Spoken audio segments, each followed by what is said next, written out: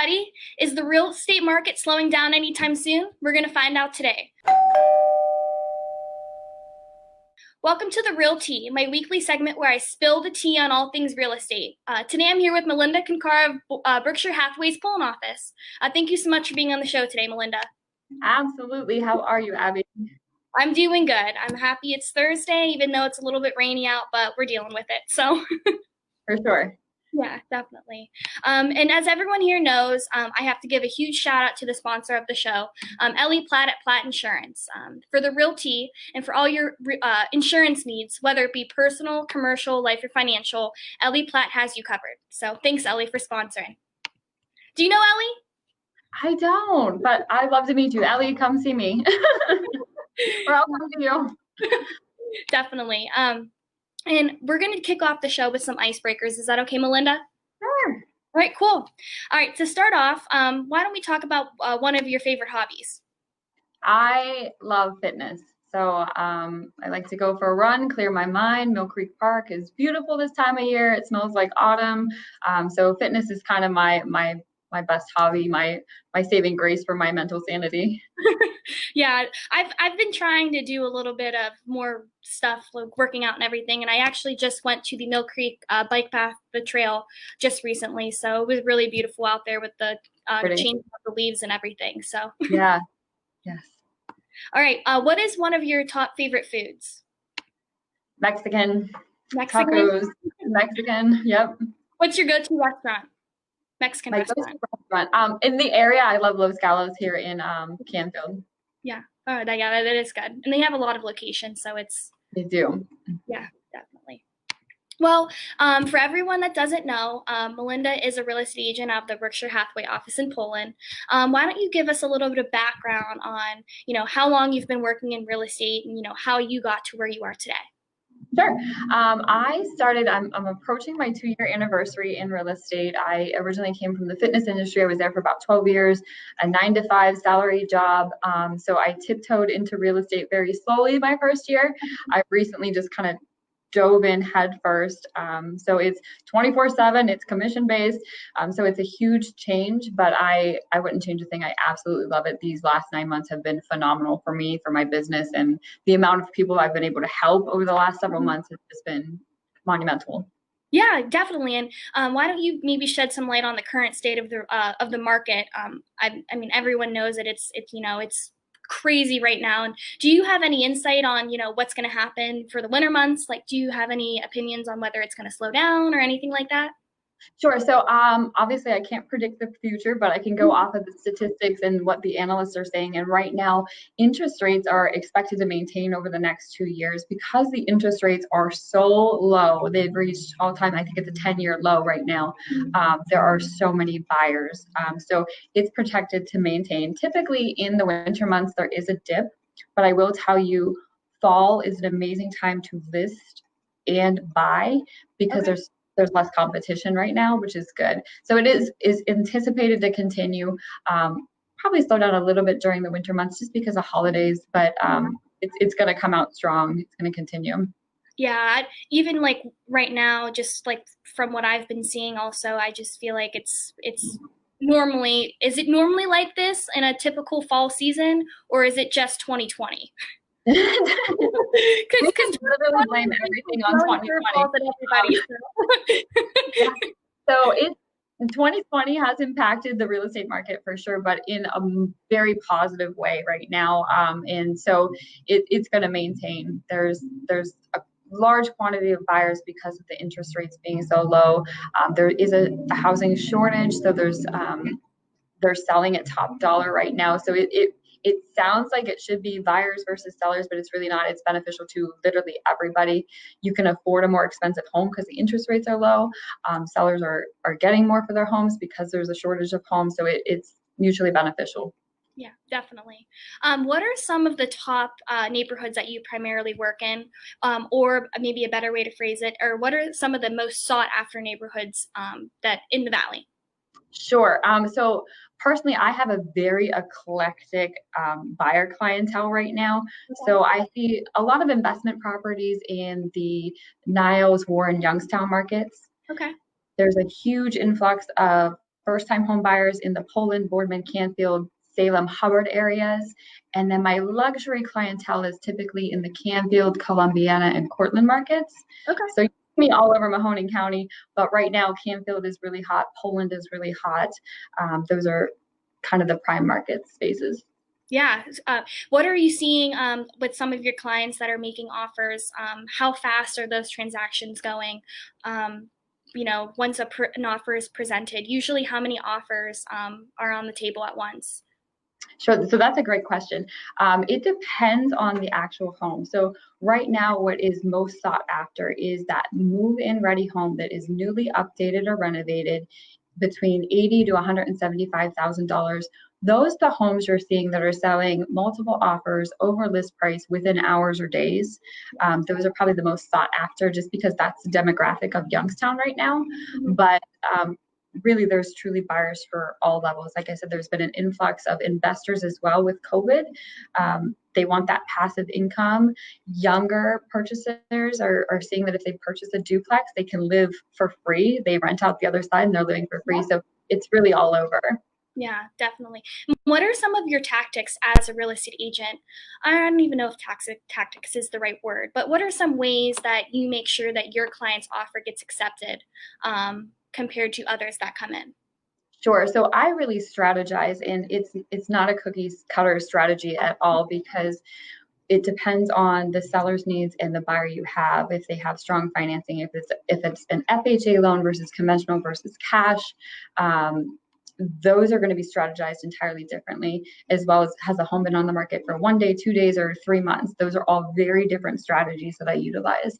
But I would say a generalization would be minimize the contingencies. So a seller sees each contingency as a hurdle. And so they want to get to the finish line, least resistance. So each contingency is a hurdle that they have to overcome. So if you minimize that, the other thing I'm noticing right now that's been trending is buyers are so eager. They're putting offers on houses immediately, and they've been used to getting rejected because there's so many multiple offers. Yeah. So when they get one, they get cold feet and then they back out. So earnest money is another key factor. If you can increase the amount of earnest money that shows you are committed to purchasing the home, as well as having a pre-approval letter for that specific address, that gives you a little bit of an edge. But as far as the home buying process, it is really strategized based upon a multitude of factors. Yeah. The other thing I would say is the terms and conditions of the offer. The more information you can get on the seller, the better, because if a seller has maybe a sick family member and they want out of that house in 3 weeks, they need to get to their family member, that's going to be a very different term than somebody that is building a new home and due to COVID is maybe delayed, so they actually need to remain in this house for the next 60 days. So find as much as you can and making the terms the most beneficial to the seller is going to give you an edge. Okay, yeah, that's actually a really unique viewpoint. I don't think that's ever come up yet. Yeah. So when you talked about contingencies, can you give our audience maybe some examples of some contingencies? I know you mentioned the pre-approval letter. Sure. Would nixing a home inspection? Yeah, let's talk home inspections. Okay, I have my favorite inspector, and I never recommend to not get a home inspected because you just don't know what's going on with the home until somebody that's their job tells you what's going on with the home. So I recommend home inspections, but that is a contingency. So if you don't need a home inspection, let's say you have a contractor friend and you can bring them with you and they take a really good look at the house and they're comfortable with it, that absolutely would give you a huge advantage over somebody that has multiple inspections, radon, pest, wood-bearing insects, general inspections, well, septic, the list goes on and on. Each of those are a hurdle. So that absolutely is a contingency. Yeah, I feel like maybe, nixing the inspection probably wouldn't be a good idea, but in this market, I feel like sometimes you have to do things that you maybe necessarily wouldn't do in a normal market, and that would be one of them. So yeah, my advice would be to never nix an inspection. However, like I said, if you know somebody that can come with you on a tour of the home that is a trusted, or maybe you even know an inspector or a contractor that would give you a better understanding of what's going on foundationally with the house, that definitely would be extremely insightful before putting an offer in, for sure. Yeah. Yeah, definitely. So I know that you talked about, what buyers in the area are looking for in a home. And let's maybe flip it on the selling side. What are some things that maybe sellers can do on their end to really make sure that their house is appealing and it is one that is, making sure that it's getting shown by enough people? Um, Sure, I love that question. Okay, so I do have an example for you. I have a home that I listed, and it sold around 130. And across the street was a very similar home that sold around 70,000. And the difference was my seller invested. They put some time, some money, some sweat equity into updating that home. Right now, people are paying for convenience, and so they don't want to have to come in and update the home. So if you can spend 10 or 15,000, but you're going to get a $60,000 return on that because people are paying for convenience, to me that is absolutely worth it. Not every seller wants to do that, but it's an option. I would say the easiest ways to update your home: new flooring and new paint. If you can't do anything else, those are kind of the two things that stand out the most when you first enter a home that makes it look more appealing.